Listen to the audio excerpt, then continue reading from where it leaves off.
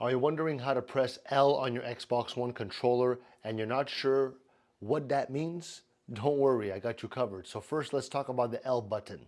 If you've heard of the L in games, it's usually the L button on your controller, like that, the L trigger or the L button for action in the game. So on the Xbox One controller now, the left trigger is at the back of your controller and the left bumper is on the top. Both are part of the L controls, okay? So when you're playing a game, the L trigger is used for aiming down sights or for some special moves. The L bumper is often used for faster actions like switching weapons or interacting with objects. So if you're having trouble pressing L during gameplay, make sure that your hands are in the right position on the controller.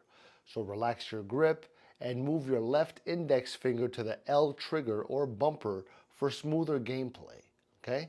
Another tip is to check your controller settings in the game menu. Some games let you customize what each button does. So make sure that L is set to the action that you want, okay? Get out there, start pressing L like a pro. Don't forget to like, comment, subscribe. Ciao.